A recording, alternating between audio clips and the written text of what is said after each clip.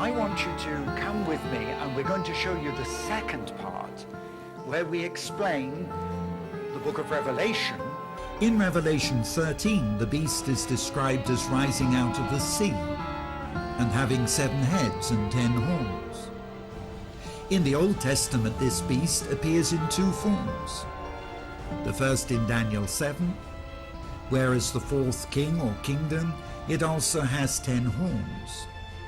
But the most significant is the one which I will explain next.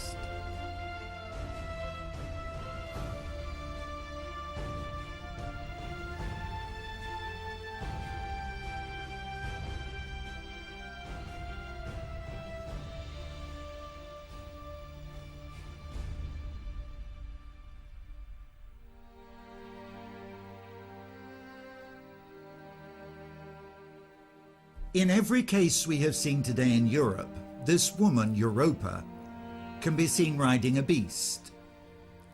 Note that where this story appears in the Bible, the forehead of the woman on the beast is branded with the name Mystery Babylon, Revelation chapter 17. When Jesus revealed to John the woman of Revelation 17 sitting on a scarlet beast with many horns, was he prophetically speaking of Europe today? We know that Revelation was a prophecy, but is this being fulfilled? And why was this woman called Mystery Babylon the Great? And who does the powerful beast with horns represent? In mythology, the woman Europa clung to the father of the gods, who had disguised himself as a bull with crescent-shaped horns, the symbol for the father of the Middle East pagan god, Baal, as we know him from archaeology and from the Bible. Zeus, or Jupiter, as we know him from Greek or Roman culture, was a bull with great crescent horns. And the ruling god of ancient Babylon and the Middle East was the moon god, again depicted as a bull with crescent horns, or simply as the crescent moon. We have every reason to believe that Allah is the same moon god that Muhammad chose to worship, and who is worshipped by many people today. The crescent moon is the universal symbol of Islam, on its mosques and flags everywhere today. So what connection has Europe to Islam? Looking at history, from the beginning Islam has struggled with Europe.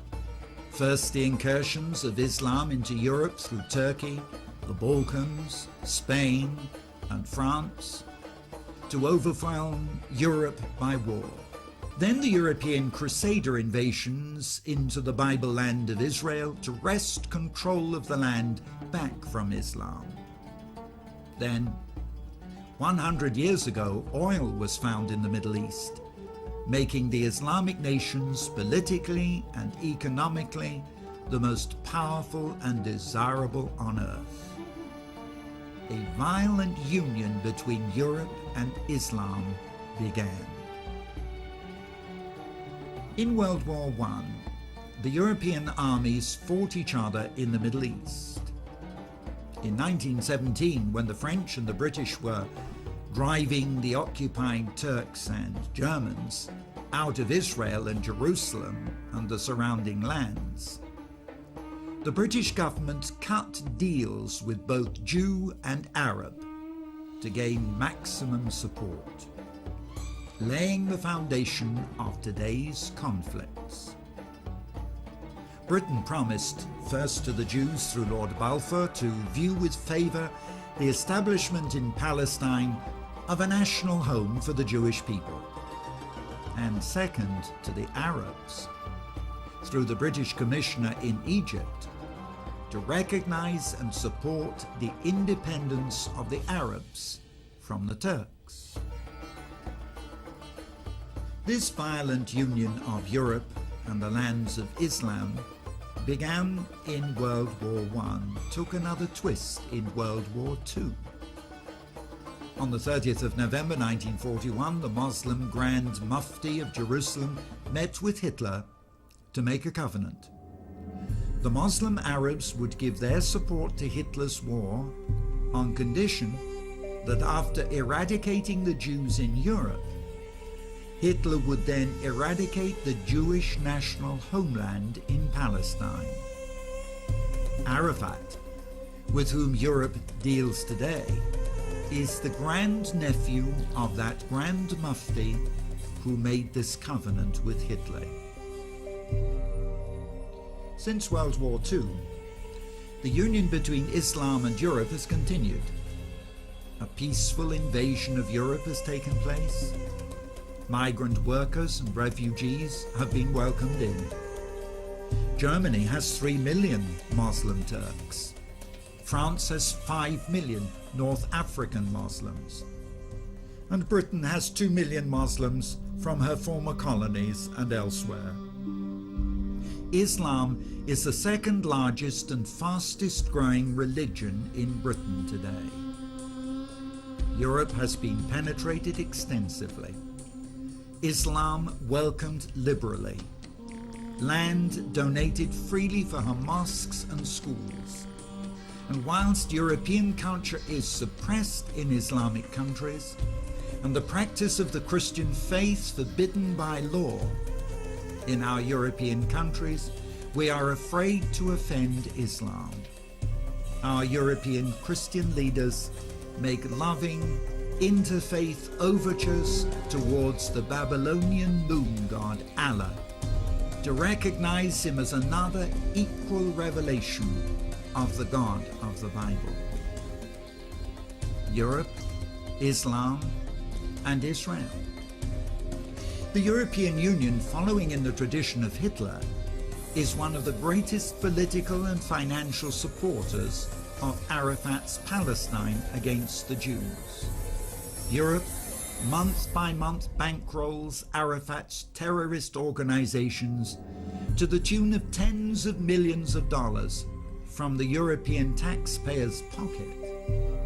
Is Europe, the woman about to be raped by the bull Islam she is riding?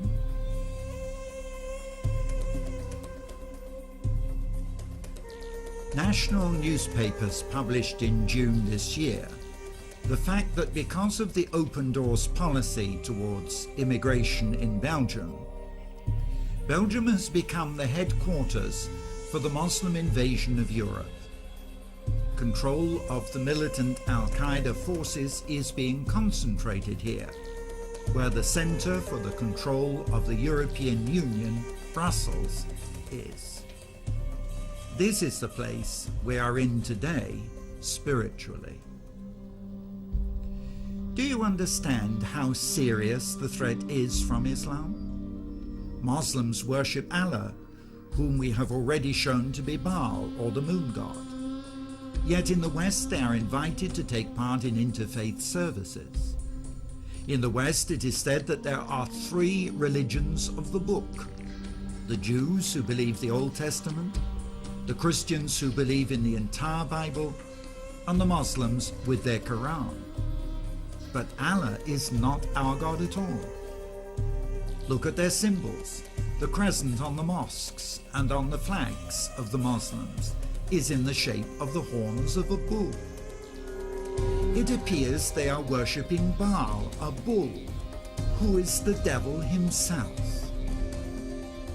Then when you compare with the symbolism from Revelation chapter 13 and 17, the rape of Europe by the beast, again the beast is significant because of its horns.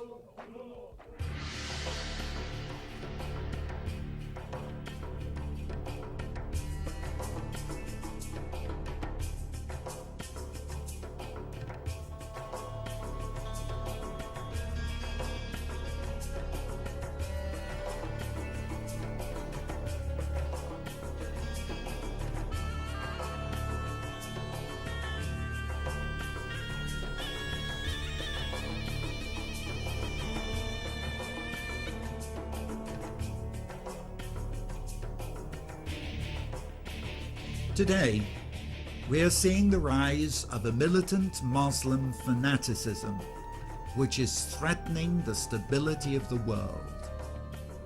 President Bush recognized this in his declaration of a war against terrorism. And it is not just a question in Israel of the conflict being over territory. The fact is that the Muslims intend to destroy Israel totally.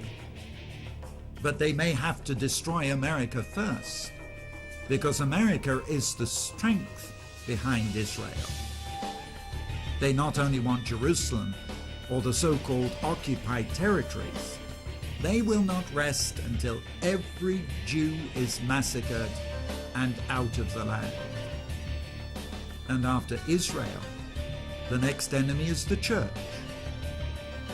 Militant Muslims hate the cross. They hate every Christian symbol.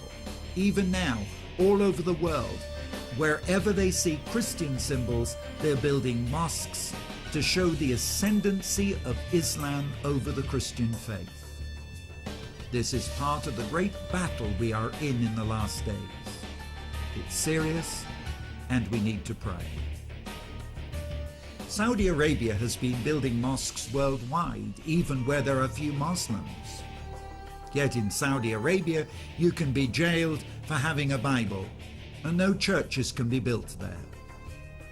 When the city of Rome allowed the building of a mosque near the Vatican, Saudi press saw this as a surrender to Islam. The West may practice interfaith and invite leading imams into Christian cathedrals and churches, but the Islamic cities of Mecca and Medina, and now the Temple Mount in Jerusalem, are forbidden to anyone who does not practice Islam.